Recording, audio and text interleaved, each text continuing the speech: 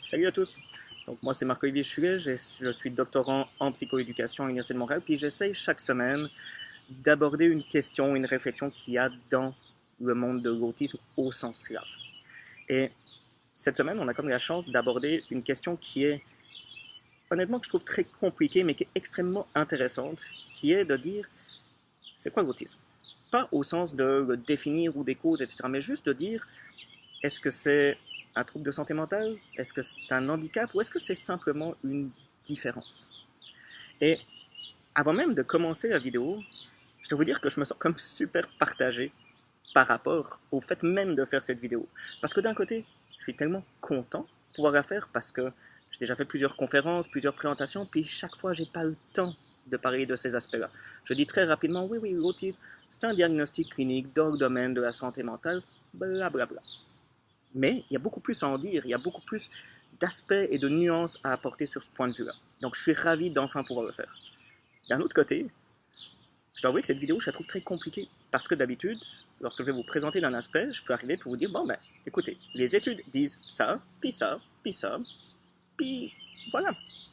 Ce cas, c'est plus compliqué parce qu'il y a des questions de perception, puis honnêtement, il y a quand même une petite question d'opinion à un moment. Je ne suis pas habitué à forcément vouloir donner mon opinion, mais cette fois, je trouve important de le faire pour que vous puissiez bien situer ma perception. Puis ensuite, j'ai peut-être tort, puis n'hésitez pas à me le dire, ça me fera plaisir d'apprendre puis d'améliorer mon point de vue là-dedans.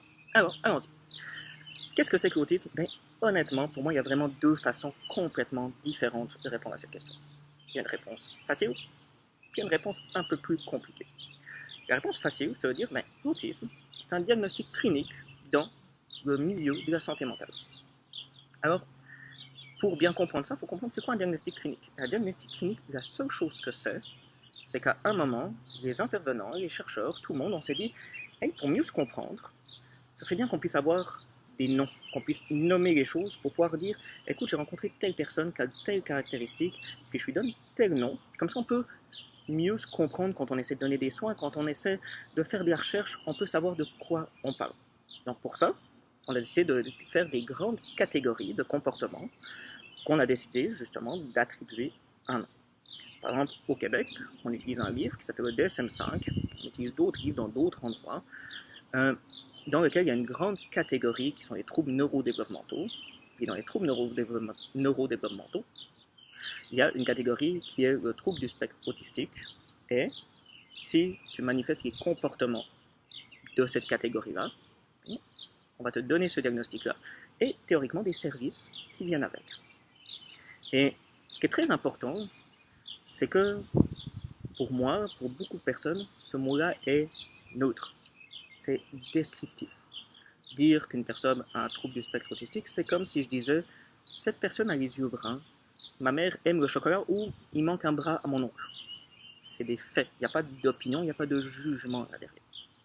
Donc ça, c'est la réponse simple de dire là, c'est ça, c'est un diagnostic clinique dans le domaine de la santé mentale. Ce que vous vous en doutez, ce que je dis, c'est vraiment simplifié dans le sens où je donne l'impression que c'est un simple nom puis qu'il n'y a pas de connotation au mot, qu'il n'y a pas de conséquences au mot. Puis, honnêtement, on sait que c'est de la bullshit.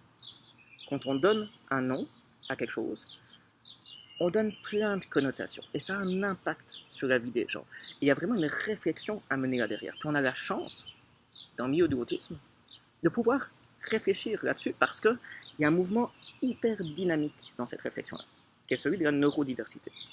Alors, la neurodiversité, honnêtement, j'aime vraiment beaucoup leur point de vue parce que, en gros, ce qu'ils amènent, puis je suis désolé, je vais le simplifier énormément, c'est qu'ils disent, ben, il faudrait qu'on arrête de voir l'autisme comme un trouble. Il faudrait qu'on le voit comme une variation normale chez l'être humain. Tout comme il y en a des qui naissent gauchers, il y en a des qui naissent homosexuels, il y en a des qui naissent autistes. Puis que justement, ce qui pose un problème, c'est pas forcément l'autisme en tant que tel, mais c'est le fait que le monde soit très peu adapté aux autistes. Tout comme avant qu'on commence à créer des outils pour les gauchers, ben, le monde n'était pas du tout adapté aux gauchers. Ou tout comme le monde n'était pas adapté aux homosexuels tant qu'on continuait de dire que c'était une maladie mentale puis qu'il fallait les soigner avec des traitements. Alors, la question dans cette vision-là, c'est comment est-ce qu'on adapte le monde. Puis, c'est vraiment intéressant parce que je trouve qu'ils reconnaissent justement la force et ce que peuvent apporter les autistes. Puis quand tu vois les contributions majeures que certains autistes ont faites, c'est très justifié comme point de vue. Puis alors là, évidemment, je parle des autistes, mais la neurodiversité, en fait, plus large que ça, ça inclurait aussi les personnes qui ont un TDAH, donc plus hyperactivité, trouble de l'attention, ou bref, n'importe quelle variation, tout ce qui n'est pas la configuration normale du cerveau. Et c'est ça que j'aime beaucoup dans leur vision, c'est que la notion de normalité change. Et ils ont un beau terme là-dessus qui est le terme neurotypique. Et j'aime ça parce que neurotypique, il y a le mot typique dedans. Et c'est une façon de dire, ben, ce que nous on considère comme étant le mode normal, c'est pas forcément le meilleur. C'est juste celui qui est typique, celui qui est le plus répandu. Alors, il y a des auteurs qui se battent pour justement faire reconnaître cette spécificité-là, se faire reconnaître que l'autisme peut être quelque chose qui pourrait même être célébré, c'est une partie intégrante de la personnalité. Puis, honnêtement, j'ai lu des textes là-dessus, puis il y en a des qui sont vraiment incroyablement touchants. J'ai eu il n'y a pas longtemps un auteur qui s'appelle Sinclair. C'est pas le texte le plus récent, mais pour moi, c'est un texte fort, très, très, très fort, et qui permet d'exprimer justement ce qu'une personne autiste peut ressentir à ce moment-là. Je suis désolé, je ne résiste pas à l'idée de vous en lire un petit bout. Là. Je sais que vous n'êtes pas venu là pour des lectures, mais je vous en fais quand même un tout petit bout. Lui, ce qu'il dit, c'est l'autisme n'est ni quelque chose qu'une personne a, ni une coquille dans laquelle elle se trouve enfermée. Il n'y a pas d'enfant normal caché derrière l'autisme. L'autisme est une manière d'être, il est envahissant, il est en toute sensation, perception, pensée, émotion, tout aspect de la vie. Il n'est pas possible de séparer l'autisme de la personne, et si c'était possible, la personne qui resterait ne serait plus la même. Cette image que l'autisme est une part intégrante de la personnalité, et que peut-être c'est pas une bonne chose de la séparer. Je dis pas que c'est mon point de vue, mais c'est ce que lui exprime. Et il va même beaucoup plus loin. Je vous avertis, j'ai trouvé ces mots très forts, voire même durs d'une certaine façon, mais au moins ça pousse à la réflexion. Il dit, par conséquent, quand les parents disent « je voudrais que mon enfant n'ait pas d'autisme », ce qu'ils disent vraiment c'est « je voudrais que l'enfant autiste que j'ai n'existe pas. Je voudrais avoir à la place un enfant différent, non autiste. » C'est ce que nous entendons quand vous vous lamentez sur notre existence et que vous priez pour une guérison. Ça... c'est fort. C'est très fort. Et c'est normal qu'avec ça, vous savez, moi à la base, je suis chercheur, je suis intervenant. Quand je lis des choses comme ça, comment je me positionne face à ça? Je veux dire, mon job, théoriquement, c'est soigner les gens. Quand je lis ça, comment je me positionne? Est-ce que je suis plutôt dans la vision médicale? Les autistes ont des difficultés puis on doit les aider? Ou est-ce que je vais plus justement dans cette vision proposée par la neurodiversité qui est de dire les autistes ont des forces et on doit les valoriser, les reconnaître et même les célébrer?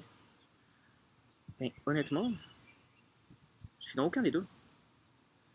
En fait, c'est de façon un peu plus compliquée que ça, c'est juste, je refuse de devoir choisir.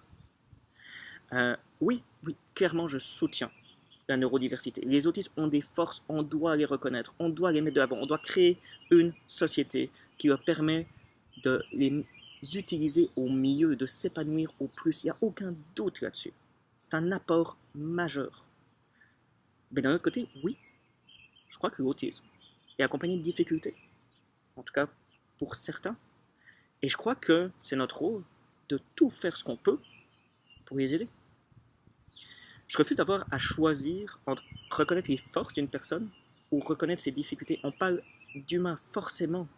Il y a ces deux dimensions. Et j'ai vraiment été touché il n'y a pas longtemps de lire un texte que moi je trouve absolument super de Junji Edo qui justement exprime ce point de vue. Puis j'étais heureux parce que moi je suis pas autiste, fait que j'ai un point de vue très extérieur là-dedans. J'ai même pas d'enfant autiste. Mais elle est autiste et amenait un point de vue très similaire à celui que je viens de vous montrer. Elle, ce qu'elle dit, c'est, oui, désolé, deuxième lecture, en tant que personne autiste, lorsqu'on me demande de choisir une seule réponse à ce que représente l'autisme, soit un handicap, soit une différence, j'ai la nette impression qu'on me demande quelle partie de moi-même je choisis d'ignorer. Si je choisis de désigner l'autisme comme un handicap, pour moi, ça signifie qu'on ignore mes talents, mes forces, mes capacités et mes préférences. Si je désigne l'autisme comme étant une différence, alors mes difficultés et mes besoins, pourtant bien réels, seront ignorés.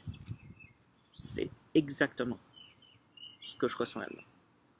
Et ce qui est extrêmement intéressant, c'est que j'ai quand même trouvé des recherches, parce que je refuse de faire une capsule sans y rechercher des recherches. Et il y a eu un sondage qui démontrait qu'en fait beaucoup de personnes se retrouvent là-dedans. On présente souvent la neurodiversité et la vision plus médicale comme étant en opposition l'un de l'autre, puis qu'il faut choisir un camp. En fait, la majorité des gens se retrouvent entre deux, à dire oui, il faut reconnaître les difficultés, puis il faut amener de l'aide. Mais oui, il faut reconnaître les forces des personnes et il faut vraiment mettre tout en place pour qu'elles puissent être utilisées, être valorisées le plus possible. C'est ça mon point de vue. Désolé, je ne sais pas si ça vous a aidé dans votre réflexion, mais en tout cas, n'hésitez pas à me donner des commentaires ou à m'aider à encore moins rentrer dans quelque chose de plus subtil et plus poussé. Ou n'hésitez pas à être totalement en désaccord avec moi et puis me le dire, ça me ferait plaisir. Bref, n'hésitez pas à m'écrire, puis à la semaine prochaine. Bye bye.